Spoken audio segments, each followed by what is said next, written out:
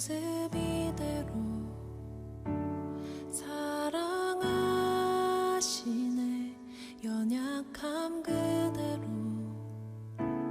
사랑하시네. 나의 모든 발걸음 주가 하시나니 날 인도하소서. 내 모습 이대로 사랑하시네. 연약함 그대로 사랑하시네. 나의 모든 발걸음 주가 하시나니 날 인도하소서. 주의 날개 아래 거하는 것, 주의 임재 안에 거하는 것, 나의 가장 큰 소망, 나의 가장 큰 은혜. 주와 함께 동행하는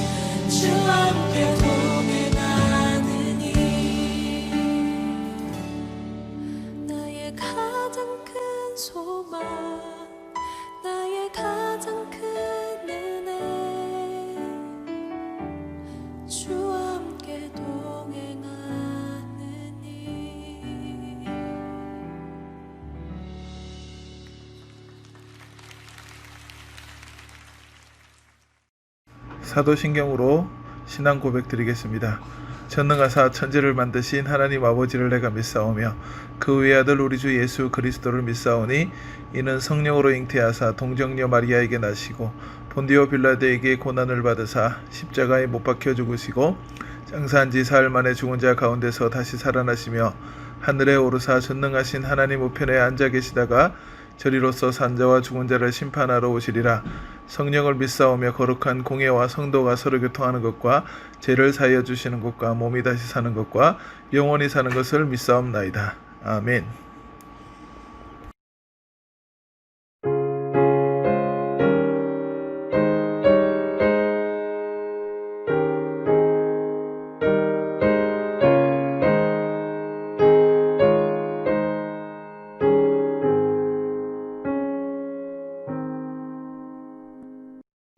예수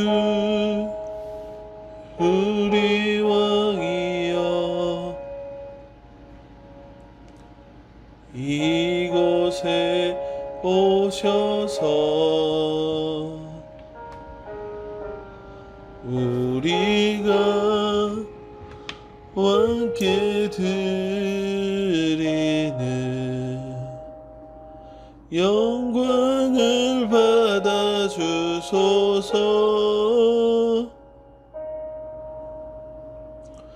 우리는 주님의 백성, 주님은 우리 왕이라. 왕이신 예수님 모셔서 자정하사 다스리소서.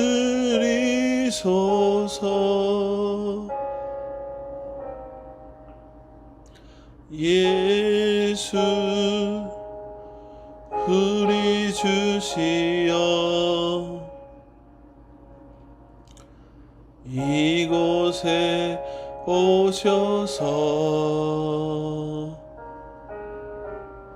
우리가 주께 드리는 찬양을 받아 주소서. 우리는 주님의 종들, 주님은 우리 주시라. 주 대신 예수님 모셔서 이 찬양을 받아 주소서.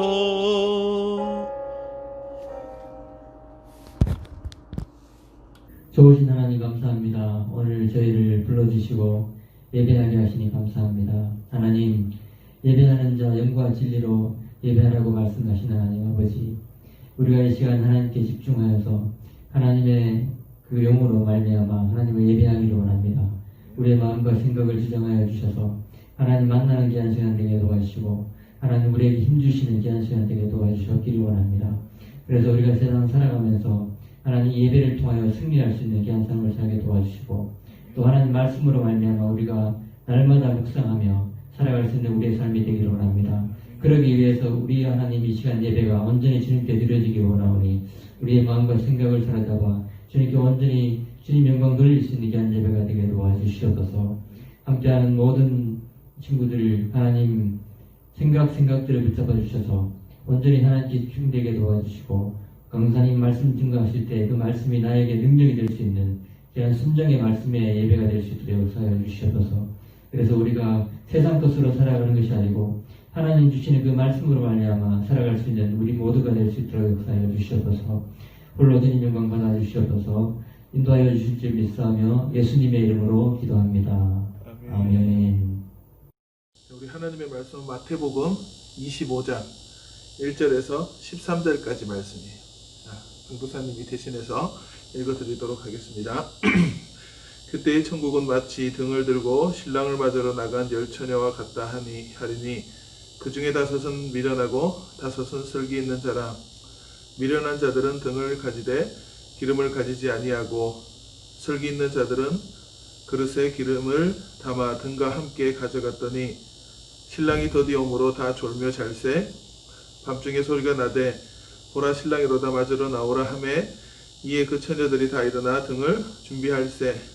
미련한 자들이 슬기 있는 자들에게 이르되 우리 등불이 꺼져가니 너희 기름을 좀 나눠달라 하거늘 슬기 있는 자들이 대답하여 이르되 우리와 너희가 쓰기에 다 부족할까 하노니 차라리 파는 자들에게 가서 너희 쓸 것을 사라 하니 그들이 사러 간 사이에 신랑이 오므로 준비하였던 자들은 함께 혼인잔치에 들어가고 문은 닫힌지라.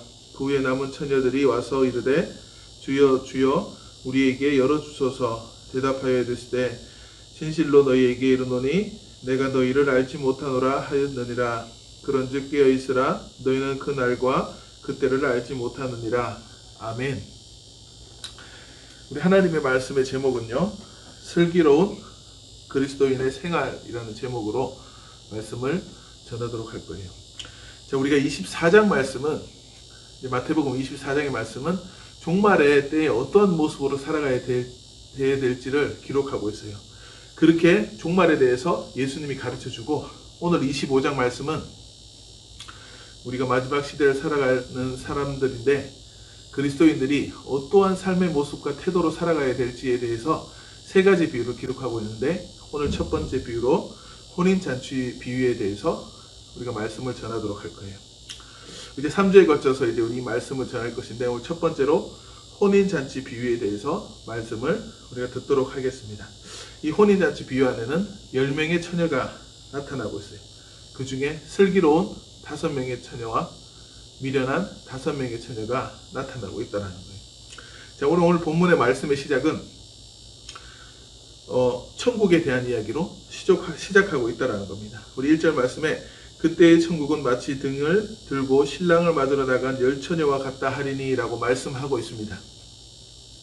우리의 신앙은 죽음 이후에 천국이냐 지옥이냐에 대한 삶을 결정되는 그런 삶을 살아간다는 거예요. 그런데 우리는 천국을 보장받은 그리스도인이라는 거예요.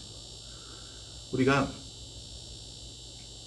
신랑을 맞이하는 신부가 등을 준비하러 가고 있는 그 10처녀들의 모습이라는 거예요.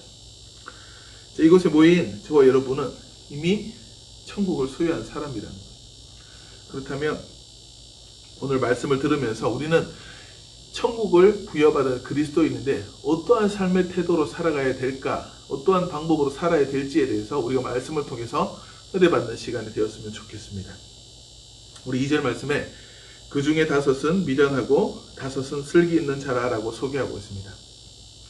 자, 10명의 처녀가 있는데 이 2가지 부류로 나누어지고 있죠.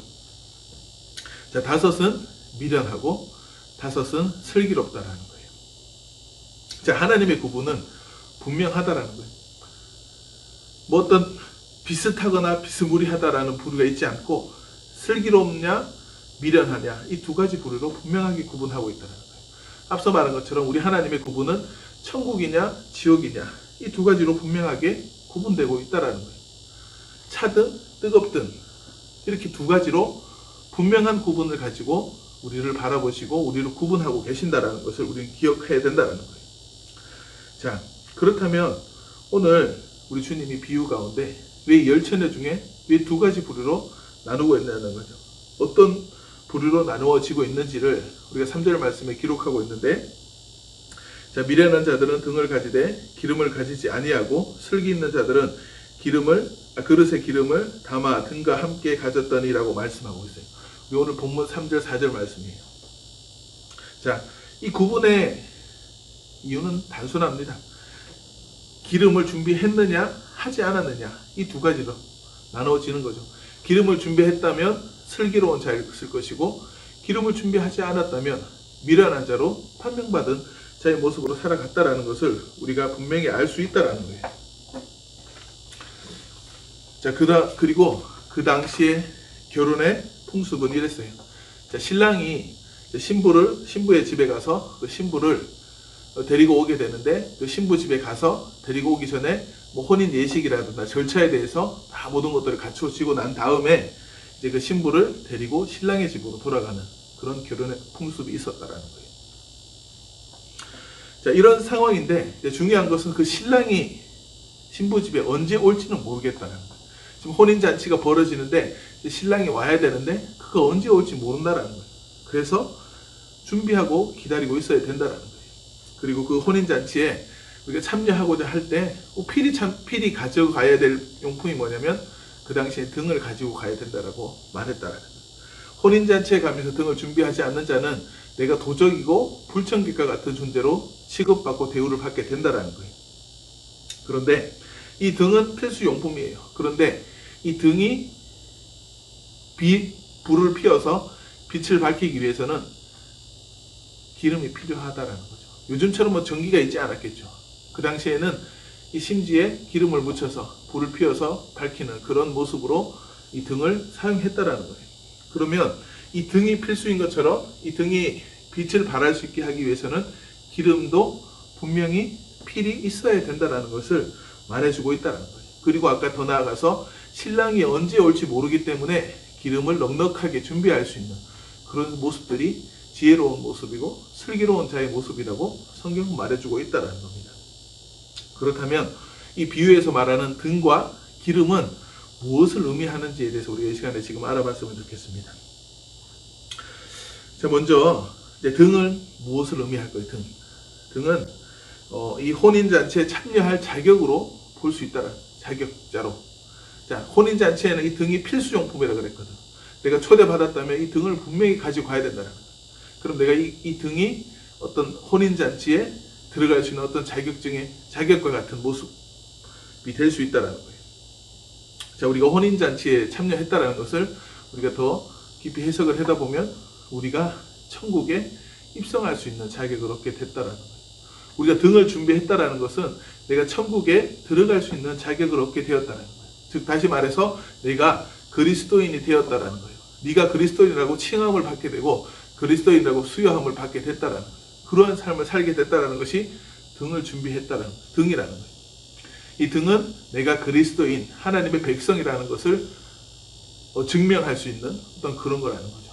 내가 예수 그리스도를 믿음으로 내가 하나님을 영접하게 되므로 내가 하나님의 백성이 되는 것처럼 내가 예수를 믿었기 때문에 내가 하나님의 백성이 됐다라는 자격을 얻게 됐잖아요. 자, 이것이 등을 준비한 거라는 거예요. 자, 그렇다면 이 기름은 무엇인가라는 거예요. 자, 기름은 이 등이 빛을 지속적으로 발할 수 있도록 도와주고자 하는 어떤 원동력이나 힘이 될 수 있다는 거죠. 자, 이 등이 기름이 없다면 불을 피울 수가 없다는 거예요. 자, 기름이 있어야 이 등이 불을 밝힐 수 있다는 거예요. 등의 사명은 빛을 발하는 거예요. 빛을 발하고자 하기 위해서는 기름이 있어야 된다는 거예요. 그렇다면 등이 준비되어야 된다는 것은 이 기름도 같이 준비되어야 된다는 거예요. 기름이 없다면 이 등이 가지고 있는 사명을 감당하지 못하게 된다는 거예요.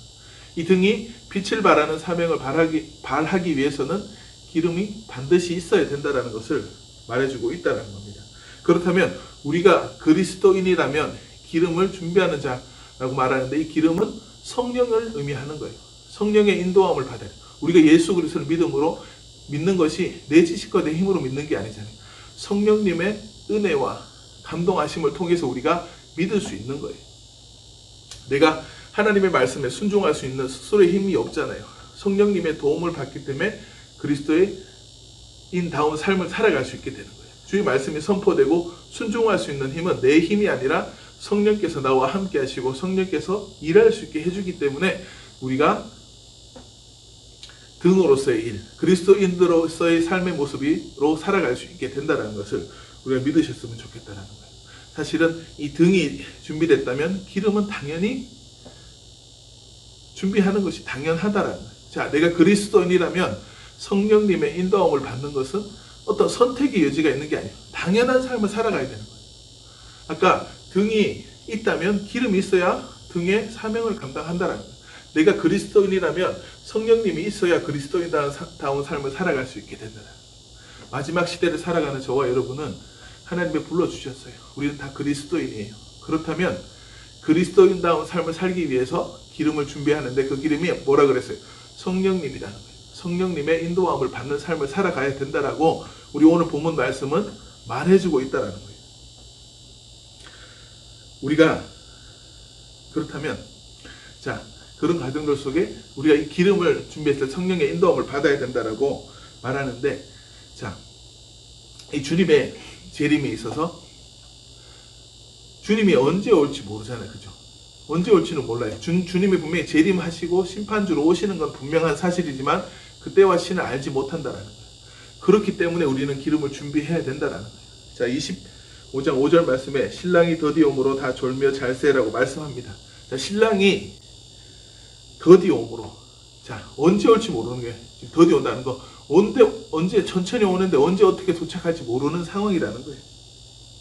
자, 예를 들어서 이 혼인잔치로 비유로 돌아가서 이 혼인잔치 가운데 신랑이 예를 들어 저녁 9시에 오겠다라고 서로 약속이 되었다라면 상관이 없어요. 그 시간에 준비하면 되니까. 그런데 언제 올지 모른다라는 거예요. 자, 지금 혼인잔치는 열어졌어요. 신랑이 도착해야지만이 이 혼인잔치가 성대하게 이루어질 수 있는 상황이라는 거예요. 그런데 신랑이 언제 올지 모르고 있는 상황이라는 거예요. 그렇기 때문에 우리는 항상 신부된 자들은 신랑이 올 때까지 준비된 모습으로 있어야 된다라는 거예요. 언제 어떻게 올지 모른다라는 거예요. 내가 기름을 준비했는데 7시까지밖에 될 수 있는 그런 능력이 없어. 신랑이 만약에 9시에 온다 그러면 준비되지 못하게 되는 거겠죠. 우리는 항상 준비된 모습으로 살아가야 된다라는 거예요. 우리 예수님이 언제 올지 모른다라는 거예요. 자, 우리가 어제도 그렇고 오늘도 그렇고 엊그제도 그렇고 예수님이 안 왔잖아요. 그죠? 내일도 안 올 거라고 우리가 착각할 수는 있어요. 그렇지만 예수님이 지금 있다가 5분 있다 올 수도 있는 거고 10분 있다 올 수도 있다라는 거예요.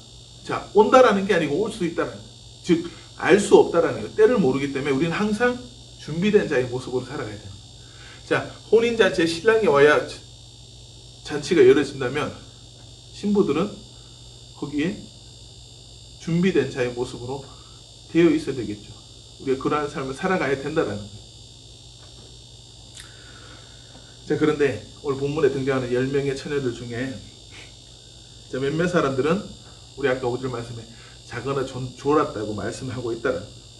자, 신랑이 언제 올지 모르니까 너무 답답한 거예요. 힘들고. 그러니까 자고 졸고 있다라는 거예요. 자, 이 말은 준비되지 않는 모습으로 자신의 육신의 정욕에 따라 살아가고 있다는 것을 의미하고 있다는 거예요. 예수님이 오시는 거는 맞는데 언제 올지 모르니까 어제도 안 오고 그제도 안 왔으니까 오늘도 안 오겠지. 내일도 안 올 거야. 내가 좋은 대로 내가 원하는 대로 살면 되겠지라고 내가 좋은 대로 살아가는 거예요. 때가 되면 하나님이 나를 깨우쳐 주셔서 나를 뭐 준비할 수 있도록 만들어 주시겠지. 막연한 생각을 가지고 신앙생활을 하고 있다는 거예요. 그것은 옳지 않다는 거예요. 우리가 종말을 준비하는 우리의 모습들이 아니라는 거예요. 우리 오늘 본문의 말씀은 마지막 시대를 살아가는 우리들에게 어떠한 삶의 태도로 살아가야 될지를 가르쳐주고 있는 말씀이라는 거예요.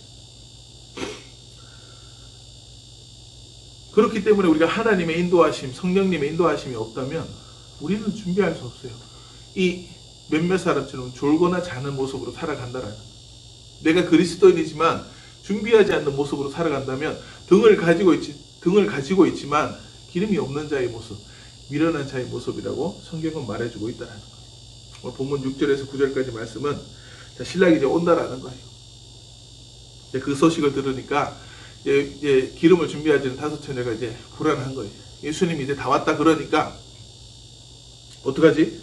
근데 기름을 채워야 되는데 슬기로운 자에게 나 기름 좀 줘 이렇게 얘기를 하니까 우리 9절 말씀에 슬기 있는 자들이 대답하여 이르되 우리와 너희가 쓰기에 다 부족할까 하노니 차라리 파는 자에게 가서 너희 쓸 것을 사라 하니라고 말씀하고 있습니다. 자, 좀 달라고 하니까 못 주겠다는 거예요. 네 줬다가 나도 못 갈 수도 있다. 빨리 그 장사꾼에 가서 기름 사와라라고 얘기해주고 있는 거예요. 이렇게 준비되지 못한 자의 모습은 신랑이 도착하고 난 다음에 어수선하고, 그죠? 준비되지 못한 모습 때문에 이제 불안하고 초조한 거예요. 후회도 되는 거예요. 그래가지고 어찌됐건 기름을 준비해야 되니까 기름 장사한테 가서 기름을 사러 갔는데 그 사이에 혼인잔치 그 가운데 신랑이 도착하게 된 거예요. 그래서 혼인잔치가 이뤄지게 됩니다. 우리 10절 말씀에 그들이 살아간 사이에 신랑이 오므로 준비하였던 자들이 함께 혼인잔치에 들어가고 문은 닫힌지라 라고 말씀하고 있습니다. 이제 신랑이 오고 이제 혼인잔치가 이루어지고 문이 닫힌 상태를 말해주고 있어요.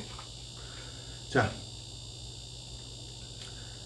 신랑이 오기 전까지는 기회가 있어요. 이제 신랑이 오기 전까지는 내가 기름을 준비할 수 있는 그런 준비할 수 있는 어떤 기회와 여건이 된다라는 거예요. 그런데 신랑이 도착하는 순간 나의 기회는 박탈되는 거예요. 때는 늦은 거예요. 이제 이미 뒤집을 수 없는 그런 상황이 됐다라는 거예요. 우리에게 종말이라는 게 있는데 두 가지 종말의 관점이 있겠죠. 개인적인 종말과 전 인류적인 종말이 있겠죠. 자, 개인적인 종말은 개인의 죽음을 의미하는 것이고 전 인류적인 종말은 예수님의 재림을 말하고 있다는 거예요. 아무튼 우리는 종말을 준비하는 자가 되어야 된다는 거예요. 우리 친구들 아직까지 젊으니까 뭐 죽을 날이 한참 멀었겠지 라고 생각할 수 있어요. 그리고 우리가 죽음이라는 걸 경험하지 못했기 때문에 그 죽음이 어떤 것인가에 대해서 우리가 명확히 알지는 못해요. 단지 간접적으로 경험을 많이 한 사람과 그렇지 못한 사람들의 차이가 있겠지만 중요한 것은 개인의 종말이 있다라는 거예요. 시대적 종말이 있고 개인적 종말이 있다라는 거예요. 아무튼 이 종말에 대해서 우리는 준비할 수 있는 자가 되어야 된다는 거예요. 그렇게 준비되지 못하는 자의 모습으로 살아가면 미련한 자가 된다라고 성경은 말해주고 있잖아요. 준비되어야 된다라는 거예요. 내가 그리스도인다운 삶을 살아가는 모습으로 살아가야 된다라는 거예요. 네가 성령의 인도함을 받는 삶을 살아가야 된다라고 성경은 말해주고 있다라는 거예요.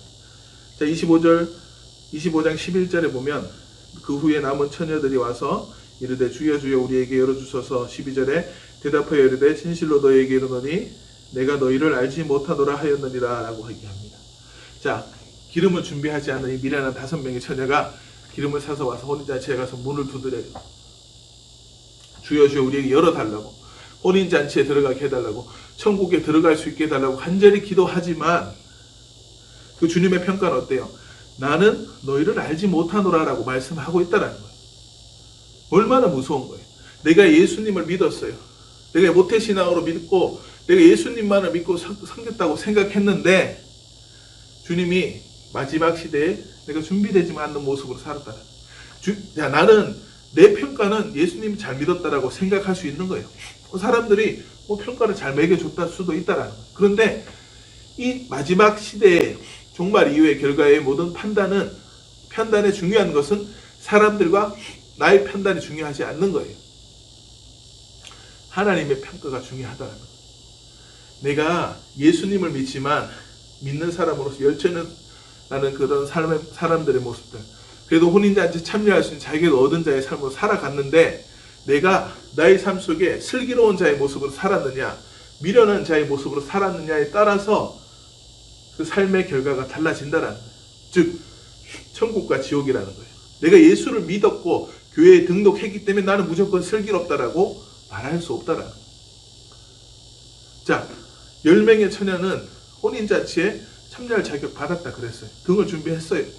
그런데 중요한 건 뒤에 가보니까 기름을 준비하지 않는 자는 미련한 자라는 거예요. 근데 미련한 자의 삶의 결말은 내가 너를 모르겠다라는 거예요. 자, 내가 모르겠다라는 것은 너 모르니까 지옥 가라는 거예요. 뭐 길게 설명할 이유가 없는 거예요. 내 너 몰라 그러는 순간 나는 천국이 아니라는 거예요. 자, 오해 마세요. 우리 친구들한테 누구한테 내가 겨냥해서 하는 말이 아니라 우리가 예수 믿는다고 하지만 우리의 삶 속에 어떠한 열매 모습, 어떠한 모습으로 살아가고 있느냐라는 거예요. 내가 성령님의 인도함을 받고 살아가고 있느냐, 그렇지 않느냐에 따라서 우리의 삶의 결말이 달라진다는 거예요. 자, 우리가 크게 봤을 때 예수님을 믿음으로 구원받는 건 맞아요. 그렇다면 믿는 자의 삶의 모습은 어떻게 하라 그랬어? 열매를 맺어가라고 성경은 누누이 말하고 있다는 거예요. 오늘 본문이 아니라 성경을 읽어보면 믿음이라는 것은 열매를 맺어갈 수밖에 없는 거예요. 믿음이라는 것은 내 힘과 능으로 할 수 있는 게 아니에요. 내 계산으로 할 수 있는 게 아니에요. 난 내 맘대로 살 건데 내가 언제 죽을 거니까 죽기 전에 내가 온전히 살겠다라고 계획할 수 있는 어떤 그런 계획적으로 살아갈 수 있는 것이 우리의 신앙이 될 수 없다라는 거예요. 평소에 우리는 성령님의 인도함을 받는 삶을 살아가야 된다는 거예요. 기름을 준비하는 자의 삶으로 살아가야 된다라고 성경은 말해주고 있다는 거예요. 기름 준비함 없이 나는 무조건 하겠다. 우겨서 될 일이 아니잖아요. 주님 앞에 심판대 가는데 주님 나 어쨌든 나 뭐 예수님 믿었고 교회 했고 등록했잖아요. 예배도 못 붙들고 공부하다 보니까 그럴 수도 있잖아요. 그렇게 안 통한다라는 거예요. 그게 안타까운 거예요. 우리는 그냥 이렇게 생각하죠. 우리 하나님 사랑이 많으신 하나님인데 나 저 사람은 아예 믿지도 않은 나는 그래도 교회 등록하고 예배 몇 번 드려줬는데 나 예수님 대충 말씀도 알고 암기도 했었었는데 그게 안 통한다라는 거예요. 오늘 말씀에 비추어서 네가 성령님의 인도함을 받았느냐라는 거예요. 기름을 준비를 하고 살아가고 있느냐라는 거예요.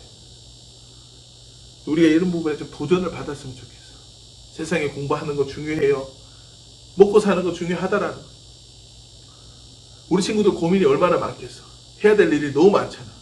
시험도 쳐야 되고 학원도 가야 되고 학교도 가야 되고 주일날 예배도 드려야 되고 그러니까 하나님 말씀대로 살아야 되고 할 일이 너무 많아.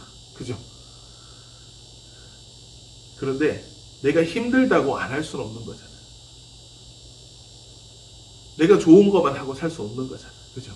자, 중요한 건 내가 세상에 공부하는 거 왜 열심히 하는 거예요? 더 좋은 학교 가는 거예요. 더 좋은 학교 가는 뭐야? 더 좋은 회사를 가고 더 좋은 삶을 누리고 싶은 것이 우리의 마음이라는 거예요. 그것을 위해서 열심히 살잖아. 목적을 위해서 살아가잖아요. 그런데 세상의 학문은 이 땅에서 살 동안에 많은 유익을 줄 수 있다는 거예요. 중요한 것은 무엇이냐면 이 우리가 하나님의 주신 말씀을 배우는 것은 죽음 이후와 죽기 전과 죽음 이후의 모든 부분에 대해서 우리에게 가르쳐주고 있다는 거예요. 어느 지식이 더 귀한지를 우리가 생각해 보았으면 좋겠다. 내가 더 좋은 고등학교, 더 좋은 중학교, 더 좋은 대학교 가는 거 중요하다라는 거예요. 그런데 그것을 위한 지식보다 내가 죽고 나서 천국에 갈 수 있느냐라는 부분에 있어서 이 두 가지 지식 중에 어느 것이 더 소중한 지식인지에 대해서 우리가 기억하고 생각했으면 좋겠다는 거예요. 우리 주님은 어떤 걸 더 원하시는지, 어떤 걸 더 바라시는지를 생각해 봤으면 좋겠다. 우리 성경 말씀 속에 우리 친구들이 중고등학교 다닐 때 성적이 1등으로 나와야 된다라고 하는 구절이 어디 있냐 이거예요.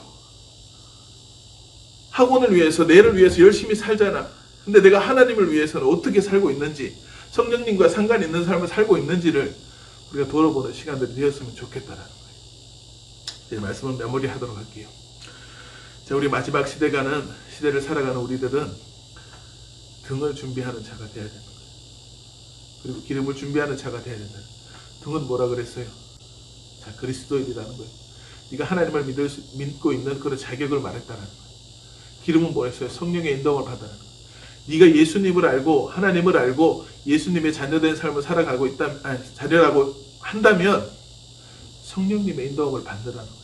마지막 이 시대에 주님이 오시기 전 그 시대의 종말의 때 우리의 삶의 모습은 성령의 충만함을 받고 살아가라고 성경은 말해주고 있다는 거예요. 우리가 이 말씀을 항상 기억하면서 한 주간 동안 성령님의 은혜를 나누는 저와 여러분이 되었으면 좋겠습니다. 기도하겠습니다. 사랑의 하나님 감사드립니다.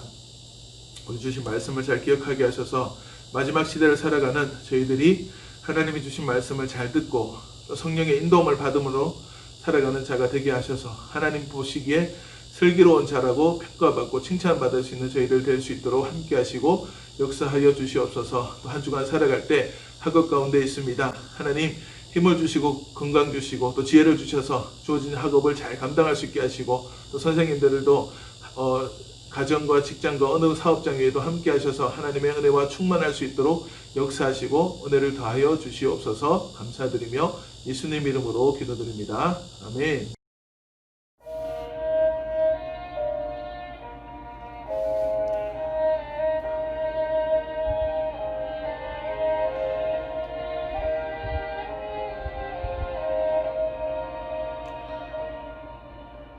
나는 하나님을 예배하는 예배자입니다. 내가 서 있는 곳 어디서나 하나님을 예배합니다. 나는 하나님을 예배하는 예배자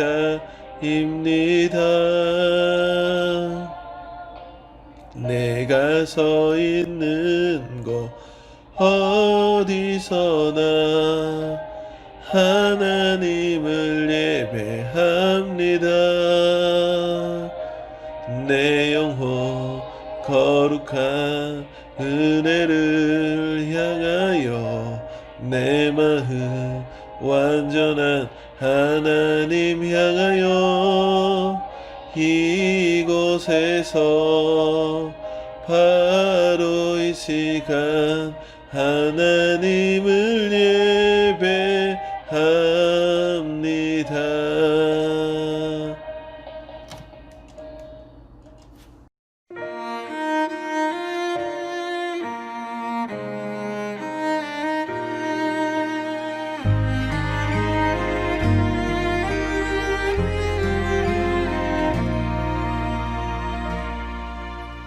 나는 하나님을 예배하는 예배자입니다.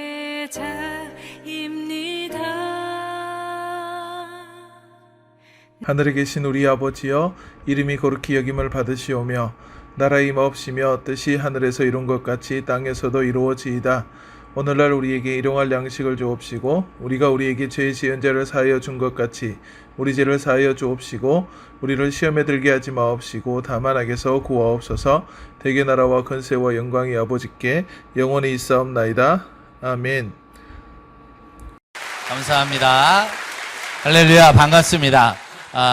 우리가 새해를 맞이하면서 믿음의 선물이라는 제목을 가지고 오늘 이야기를 좀 나누려고 합니다. 저희 아들이 연말에도 또 연초에도 생일 때도 어린이날에도 어떤 날에도 성탄절에도 늘 저에게 선물 뭘 줄 거냐고 말해요. 지금 현재 17살이 되었고요. 지금 10년째 이제 네가 날 줘야 될 나이라고 계속 설득을 하고 있어요. 그런데도 불구하고 아직도 어린이날 선물을 기다리고요. 아직도 성탄절 선물을 기다리고 특별히 새해가 시작하자마자 아빠에게 가장 원하는 선물을 지금 기다리고 있습니다. 그러니 제가 이 아이에게 이번 겨울방학에 협상을 했지요. 네가 이렇게 하면 나도 너에게 선물을 줄 거고 또 이렇게 못하면 못 준다는 선물은 받고 싶은 사람이 받고 싶은 선물이 있고 주고 싶은 사람이 꼭 주고 싶은 선물이 있습니다. 그럼 우린 새해를 시작하면서 하나님이 나에게 어떤 선물을 줬으면 좋을까? 정말로 주님이 나에게 무언가의 선물을 주었으면 좋겠다라는 생각이 있는데 예전에 광고 중에 그런 광고가 있습니다. 침대는 가구가 아닙니다. 이 광고 아시는 분들은 다 아실 거예요. 다시 한번, 침대는 가구가 아닙니다. 침대는 과학입니다라는 광고가 있었어요. 그래서 정말 침대가 과학인 줄 알고 공부했다가 안 된 아이들이 많아요. 침대는 과학이라고 말해요. 근데 그거를 조금만 바꾸면 됩니다. 어떻게 바꾸면 되냐면 침대는 과학도 아닙니다. 침대는 믿음입니다로 바꾸면 돼요. 제가 침대는 여러분들이 믿음입니다로 하시면 돼요. 침대는 요즘 현대인들의 가장 큰 문제가 뭐냐면요, 잠이 안 온다는 거예요. 걱정이 많아요. 근심이 많습니다. 고민이 많습니다. 청년들이요, 대한민국을 헬조선이라고 말했었어요. 왜요? 20살이 되는 순간 올라가 보니까 지옥이래. 초등학교 6년, 중학교 3년, 고등학교 3년, 12년을 공부해서 20살이 돼서 드디어 대학교를 갔는데 입학과 동시에 걱정이 많아요. 20살이고 1학년인데도 이 대학교 나와서 내가 무슨 직장을 갈까? 이과를 나오면 어떤 자격증을 딸 수 있을까? 내가 여기서 정말 뭘 할 수 있을까? 청년들이요, 걱정이 많고요, 근심이 많습니다. 3포 세대, 5포 세대, 7포 세대, 지금은 뭐라고 말하냐면 다포 세대라고 말해요. 이젠 다 포기래. 직장만도, 연애도, 결혼도, 뭐 신앙생활도 이제는 청년 세대가 포기 세대라고 합니다. 다음을 세우지 않으면 어떤 일이 생기냐? 이제는요, 다 포기 세대가 되는 거예요. 정말로 신앙도 싫고요, 공부하는 것도 싫고요, 꿈을 가지는 것도 싫습니다. 사람을 만나 우정을 나누고 사랑을 하는 것조차도 모든 것이 싫어지는, 왜? 걱정과 근심이 많기 때문에. 그렇기 때문에 지금 우리에게 가장 중요한 게 뭘까를 생각해 보게 됩니다. 지금 우리 다음 세대에게 무엇을 가장 많이 주어야 될까? 좋은 학원을 보내고 좋은 과외를 받게 해서 아주 좋은 대학교를 보낸다. 물론 그것도 상당히 중요합니다. 그런데 그 최고의 대학을 갔다고 걱정이 사라지진 않더라고요. 제가 아주 단적인 예로 전교 1등 하는 아이가 전교 2등으로 떨어지면 성적이 뚝 떨어졌다고 걱정도 돼서 밥도 못 먹고 잠도 자고 고민을 많이 합니다. 왜냐? 믿음이 없으니까요. 전교 2등이면 여러분, 우리 집안에서 500년 역사상 한 번도 본 적이 없는 성적이에요. 제 친구들 중에서 전교 2등을 가진 친구는 한 번도 없었단 말이에요. 그냥 엄청난 친구예요. 그런데도 불구하고 그 안에 믿음이 없으면 불안해지는 거예요. 2등, 3등, 4등 하면 막 불안해지는 거예요. 그러나 열방교회를 잘 다니는 우리 믿음 좋은 중고등부 아이들은 220등을 하다가 250등으로 떨어져도 잠을 잘 주무십니다. 먹을 때마다 맛있게 먹고요.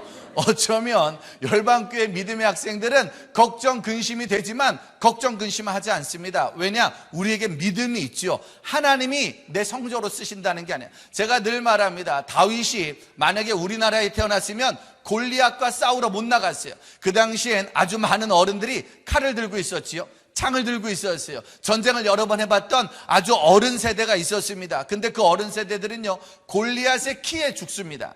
골리앗의 무기에 죽습니다. 골리앗의 목소리에 주눅이 들어서 아예 싸우러 나갈 생각을 못합니다. 그때 아무 생각 없이 심부름하러 왔던 다윗이, 10대 다윗이, 어린 다윗이 아무 생각 없이 돌멩이를 들고 나가요. 제가 보기엔 만약에 다윗이 우리나라에서 태어났으면 돌멩이 들고 나가다가 엄마에게 맞아 죽었을 확률이 98% 정도 됩니다. 아마 다윗이 골리앗과 싸우러 나가기 전에 골리앗과 싸우는 학원 다니느라고 15년 정도 보냈을 거예요. 창 쓰는 법, 칼 쓰는 법, 활 쏘는 법. 그 학원 다니다가 결국은요, 골리앗한테 나라도 뺏기고 부모도 뺏기고 가족도 뺏기고 세상을 다 뺏겼다니까요. 아무 생각 없던 어린 다윗이, 아무 생각 없던 소년 다윗이 믿음만 있었죠. 너는 칼과 단창, 나는 하나님의 이름으로 나갈 거라는. 지금 우리 다음 세대에게 제일 중요한 것이 과연 무엇일까?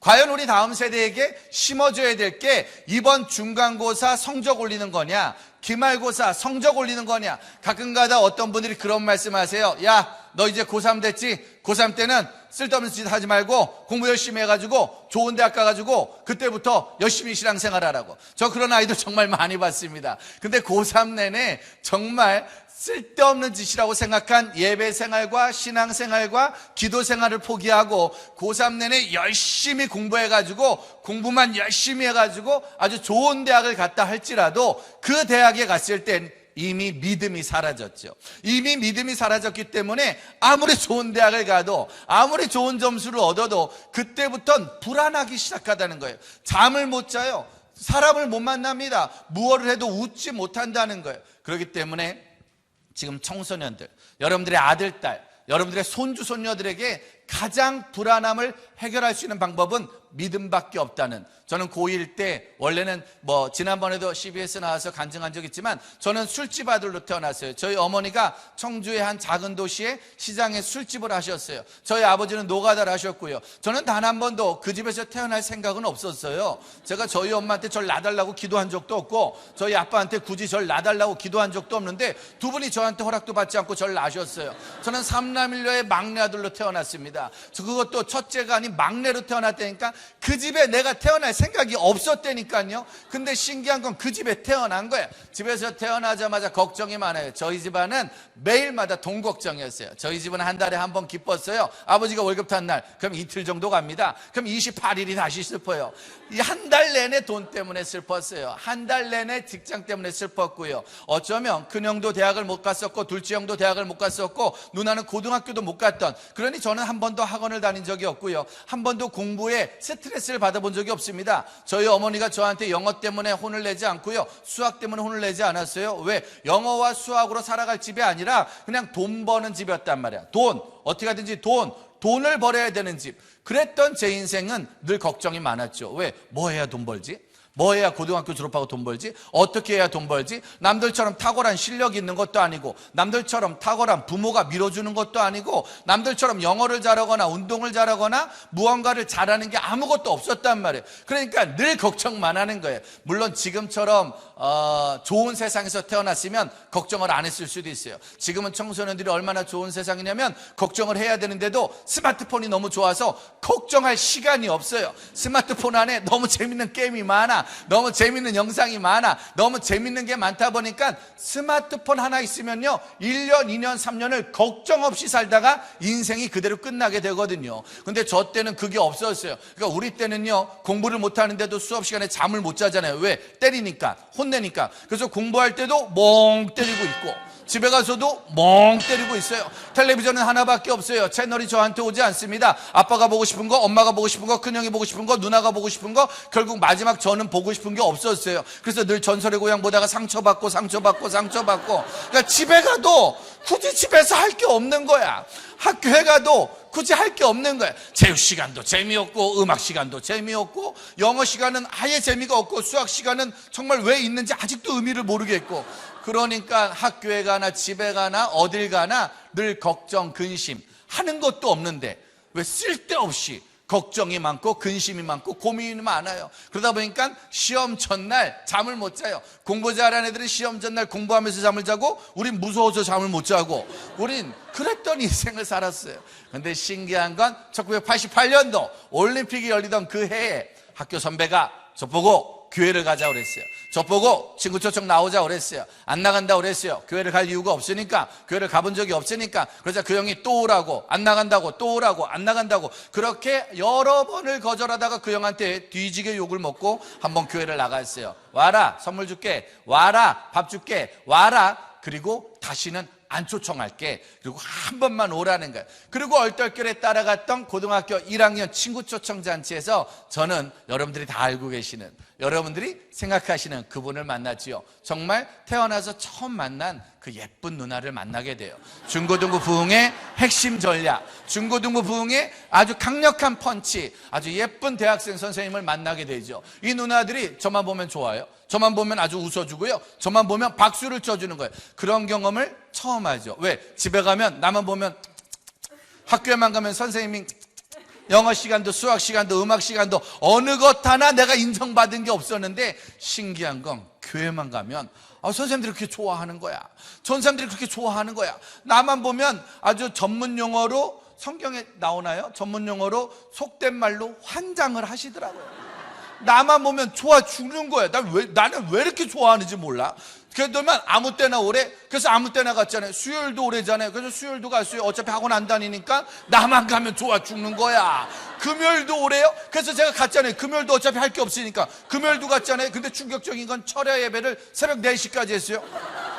저 그때 안기부 끌려가서 고문당하는 줄 알았어요. 새벽 4시까지. 근데 신기한 건 그렇게 나만 가면 좋아요. 중고등부 예배가 토요일 날 있었어요. 주일 낮 예배 있었고요, 주일 저녁 예배 있었어요. 그래서 그 누나들과 그 선생님들과 그 선배와 친구와 놀러 다닌 교회, 그렇게 한 번, 두 번, 세 번 놀러 다니다가 3월, 4월, 5월, 6월, 7월 달이 되어서 결국 수련회라는 곳을 가서 결국 주님을 만나게 됐습니다.